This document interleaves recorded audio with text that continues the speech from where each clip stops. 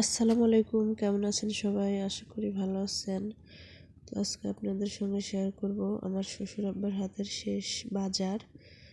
তো উনি এই বাজারগুলো যেদিন করছে ওই দিনই অসুস্থ হয়েছে। তাবাচ্চুমের আব্বুর জন্য এই যে মাছ কিনছিল, ছোট মাছ। তো অন্য কোনো মাছ খাওয়া যাবে না, এই জন্য নদীর এই মাছগুলো কিনছিল। যে কত সুন্দর মাছগুলো, নিজ হাতে মাছগুলো কিনে এনে দিছে ছেলেকে, কত ভালোবেসে।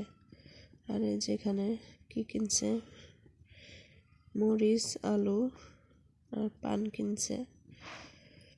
তো আমাদের খেতে অনেক সবজি হয়, এই জন্য শুধু মরিচ, আলু এটাই কিনে, আর অন্য সব সবজি আমাদের হয়।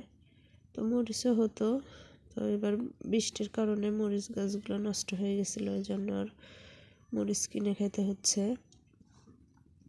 আলু লাগায়, তো আলু লাগানো হয়েছিল না, সে পান খায় এই জন্য পান কিনছিল। তো অনেক কষ্ট লাগতেছে ভিডিওটা দেখে। আজকে আপনাদের সঙ্গে ভাবলাম ভিডিওটা শেয়ার করি। সে তো আমাদেরকে ছেড়ে চলেই গেছে, স্মৃতি রেখে গেছে। তাবাসসুম মরিচ বাছতেছে আর আলু আলাদা করতেছে, আমিও করতেছি। দেখেন, সবাই আমার শ্বশুর আব্বার জন্য দোয়া করবেন।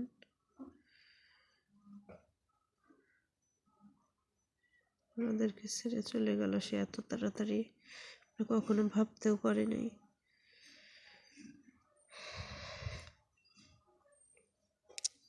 মরিচগুলো কত সুন্দর, সবুজ, দেখতে খুব সুন্দর লাগতেছে।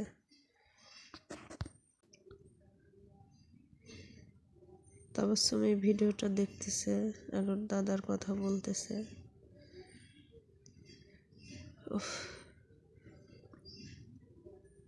এই যে মাছগুলো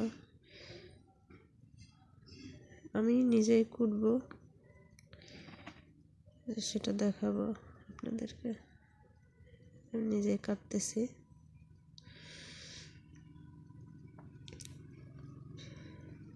তো ভিডিওটা আজকে এখানে শেষ করব। আল্লাহ হাফেজ।